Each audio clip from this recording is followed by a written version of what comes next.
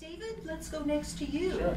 Should QE3 scare us? What effects can quantitative easing have on families? Well, I think Richard mentioned a few of the effects that it can have, and I would probably focus right now on the effects that it would have on housing.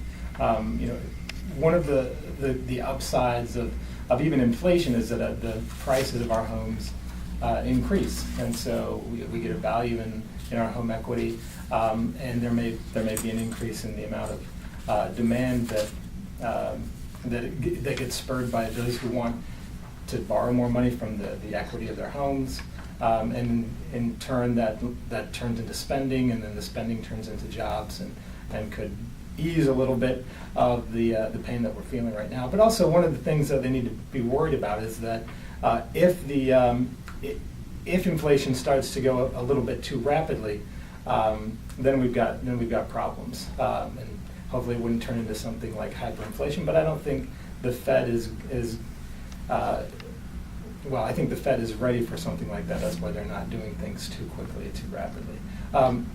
One of the things you and I talked about earlier in one of our previous discussions before this was the fact that people can actually use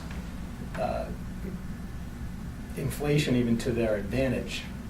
They can buy investments that actually are tagged to inflation and use those to diversify their portfolio. I wouldn't suggest that they use those types of tools as 100% of their portfolio, but just like anything else, just like you would have a percentage of gold or other precious metals, you should have things that are tied to the inflation rate that go up when inflation rises as well. And that's one of the effects that QE3 could have on our economy. Like Richard said, this is something. It depends on what happens. QE3 has the ability to impact us in many ways, and one of them could be inflation. The other could be lower interest rates, which is what we're seeing now, and the ability to lend more money to more people and get the economy going.